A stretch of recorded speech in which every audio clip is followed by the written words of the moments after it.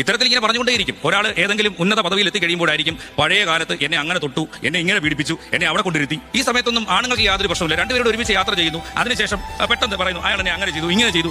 അപ്പൊ അന്ന് സ്ത്രീകൾക്ക് പറയാനുള്ള ധൈര്യവും ചങ്കൂറ്റവും ഒന്നും ഉണ്ടാവില്ല. അതുകൊണ്ടാണ് ഇന്ന് വന്നിട്ട് അവർ പറയുന്നത്. ഇന്ന് അവർക്ക് അതിനുള്ള ആത്മാഭിമാനം ധൈര്യം ഉണ്ടായി വരുമ്പോഴേ അവർക്ക് പറയാൻ വേണ്ടി പറ്റും. അതെന്ത് ധൈര്യമാണ്? അത് അങ്ങനെ പറ്റത്തുള്ളൂ. ചിലപ്പോൾ ലൈംഗിക അതിക്രമം നടക്കുന്ന സമയത്ത് തന്നെ അതെന്ത് ധൈര്യമാണെന്നാണ് ഞാൻ ചോദിച്ചത്. അതെന്ത് ധൈര്യം നിങ്ങൾക്ക് വിധിക്കാൻ അധികാരമില്ല. അവർക്ക് അന്നേരം ധൈര്യം വിധിയാണോ നിങ്ങൾ നിങ്ങളാണ് തീരുമാനിക്കുന്നത്. നിങ്ങളാണ് തീരുമാനിക്കുന്നത്. അവർക്ക് എപ്പോഴും ധൈര്യം നിങ്ങളാണ് തീരുമാനിക്കുന്നത്. അവർക്ക് എപ്പോൾ ധൈര്യം വേണം, അവരെപ്പോൾ റിപ്പോർട്ട് ചെയ്യണം, നിങ്ങളാണ് തീരുമാനിക്കുന്നത്.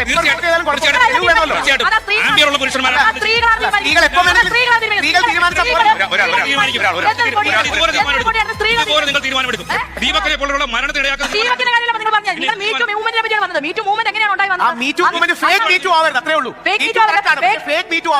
തെളിവുകളോ അടിസ്ഥാനമോ ഇല്ലാതെ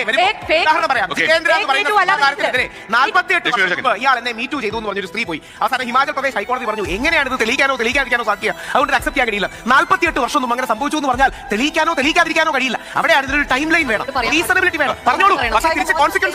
അത് നിങ്ങളുടെ ബോർഡർ ലൈനാണ്.